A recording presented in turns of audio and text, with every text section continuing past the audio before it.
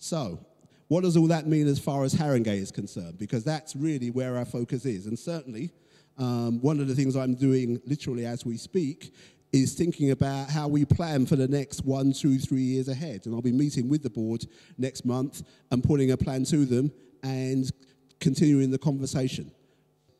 Our starting point is that we need a vision for what it is that we want to see within the sector. And here are some of the words that I think should be forming part of that vision. You know, we should be talking about what I call a vital and resilient community that is capable of delivering prompt and inclusive solutions. So when I talk about vital, when you think about the word vital, what that means is that something that is vital is something that's essential to life. Something that is essential to what makes a place worth being in. And to me, as somebody who's had a connection with Haringey, with Tottenham over 25, 30 years, the work that we all do is part of what makes Haringey a place that's worth being. So in that sense, it is absolutely vital to life as we know it in this borough. And our work as a sector should be living up to that. Resilience is about being able to weather the storms, being able to withstand the challenges and the changes. You know, what happened last August is not the first time that we've had that level of disturbance on the street. It's happened before in the mid-80s. And yet the community has responded and come through that. So that says something about people's capacity to be able to withstand change. And I think we need more of that as we go into the future because some of the uncertainty that there's going to be. Prompt kind of suggests that it's about responding quickly. And yes, there is, if you like, a need for speed. That is, I think, also the way of things. So as we, as providers of services, as people that are engaging in communities, one of the ways in which we need to be responding is with that idea of speed. Inclusivity, for me, that means recognizing that tackling disadvantage is at the core of what it is that we do. And you'll all be familiar with the metaphor of the 41 bus that in particular David Lammy is fond of using.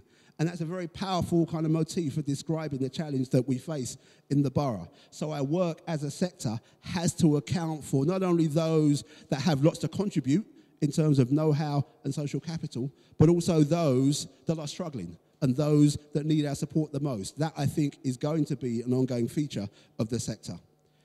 So that's my vision, a vital and resilient community delivering prompt and inclusive solutions. So where does the sector fit? What outcomes are we working for? What is the difference that we want to see in the community, in the world of which we are part? And I would say that there are 4 in particular that we're working for. One is about empowerment, and that's about enabling individuals. Ultimately, that's about self-respect. It's about self-reliance. It may be particularly stressful kind of self-reliance at the moment, but that is, it seems to me, what we are working for, particularly in the work that we do with individuals, whether it's about advice, support, it's about employment, whatever. A second area where we make a difference is in strengthening civil society. Ultimately, I think that's about participation, and it's about belonging. And it's about making sense of those concepts in what I will call 21st century diversity, such as what we have in Haringey. It's not an add-on. It's part of who Haringey is. It's part of what Haringey is. And we need to be able to make sense of that diversity as it is, but also think about it in the context of how do we create a cohesive whole? How do we maximize the extent to which people want to participate and to belong in this society? A third area is about informing policy. And again, for some of you, that's an issue that's kind of live and direct. That means interacting with our partners in local government, in the NHS, in other services as well. It seems to me that there are at least 4 areas where there is a real need for the sector to be engaging. Health is clearly one of those in terms of well-being, and if you're familiar with the Council's health and well-being strategy, you'll be familiar with the priorities that are there, particularly as they affect young people. Education, again, many of you will be active in that field, and in terms of raising attainment and maximising people's employment prospects, again, key role that we can play in the sector. Community safety, which encompasses the kind of the crime and disorder element, but I think also encompasses the safeguarding element. Again, huge issue, particularly so in this borough for reasons that I suspect many will be familiar with, really important that we engage on that agenda. And then finally, what I will call enterprise, which is partly about employment, partly about regeneration, but also partly about business and what is the scope for encouraging entrepreneurship within the borough. As a sector, I think that's an agenda that really does offer some promise in the years ahead, and certainly something I'm keen to do is to explore how we can take that forward, working in collaboration with yourselves. And then the final area is what I've called partnering for provision. Some of you will be in the business of delivering services directly to members in the community and, taking on all of that means in terms of standards and quality and audit and so on. And at HAVCO, we have a critical role to play in ensuring that you can maintain and improve the standards that you deliver in that respect. So how do we help? What's our job? What's our mission in the midst of all of that? Because that means collaborating with a lot of you in lots of ways, but how do we encompass our mission?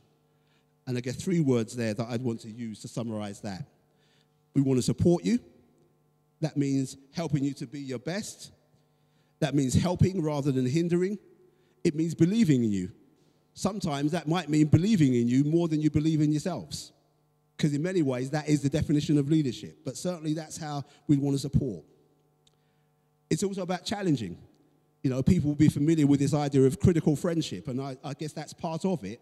But when I talk about critical, it's not about criticizing you in a negative sense. It's more about critique, understanding what you do as a way of helping you be better at it. The challenge, I think, is also about how we work with our partners, whether it's in local government, the NHS, or elsewhere. Again, we would want to extend that sense of critical friendship, because sometimes we need to be able to engage in that challenge in order that we can maximize the contribution that we can make in terms of the overall goals that we're working towards. And then inspiration is about really stimulating creativity. You don't need me to remind you of the scale of some of the challenges that we face.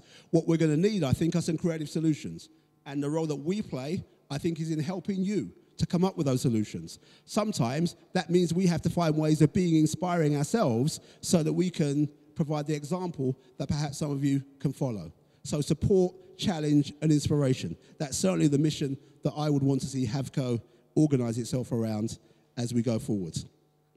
And if we're to fulfill that mission, we need to operate from a consistent set of values. And again, this will be a conversation that's familiar to you. And some of the key words that I think I would want to be including in the values. Firstly, about being trusted. And how do you develop trust? By doing what we say we're going to do, when we say we're going to do it, by being accountable to you. And that's a journey. That's something that we have to continually work at. It's about being responsive. As I say, sometimes that's about responding quickly. More importantly, it's about responding appropriately, understanding needs and doing what we need to do in order to respond to the need as it's expressed, rather than as we believe it to be. And then inclusive, I've talked about the diversity that's there. That is an integral part of what we do.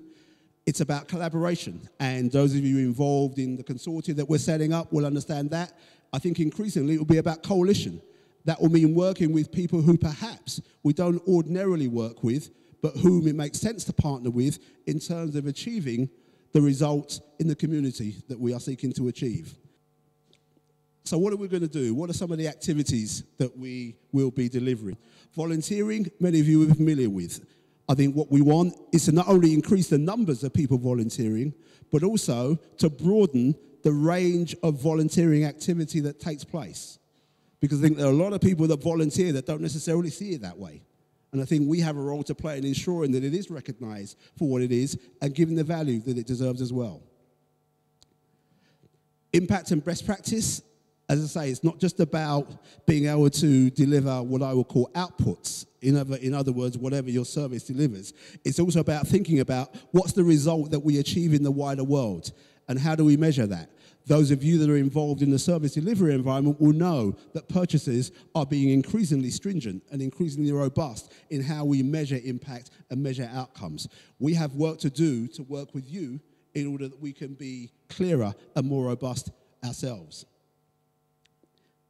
I mentioned business development. I mean, that's partly about generating income. For me, it's much more about creating a culture, which, as one person put it to me in my early days whilst I was here, it's about more trade and less aid.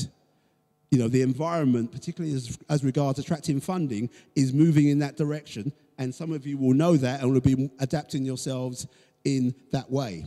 Some of the things that we have coming up in terms of the courses and the training that we offer, we'll be rolling that out as from next year, and that will be an offer that takes place on a paid basis. Similarly, there's a conversation that's going on at the moment about membership and whether or not there is scope for that being perhaps at some stage taking place on a paid basis. All I will say now is that conversation is happening. And I suppose, truth be told, sometimes I lean one way in terms of it happening, sometimes I lean another way. So I don't have a fixed view on that at the moment. It will be something that we will need to come to a view about at some stage. As I say, it's not just about making money. It's about a way of working and a culture that we need to develop and sustain if we are going to maintain what we are doing into the future. Networks, I think, will be one of the ways in which we can engage with the policy agenda that's going on. And I know that that's what the HAVCO has done in the past. I am keen to resurrect that because it is a way in which we can really demonstrate some clout and some voice within the sector, as well as have some meaningful impact upon the way in which policy is delivered on the ground in the borough. So looking forward to developing work in that area. And finally, what I've called organisation development, that's really about what I would call bespoke support. You know, a model of support that gets called capacity building has been running courses and so on, and you get a certain amount from that. I think in future, what we need is to be able to get alongside you as individual organisations and walk with you as you go through your change journey. Because what you need is one organisation will be different to what another organisation needs. So ultimately, if we are going to work with you to make you effective, we have to be able to work with you in terms of your specific needs, which will be unique to you, and finding ways of putting together support that does work with you on that basis. So there are 5 areas of activity that I would see us developing as time goes on.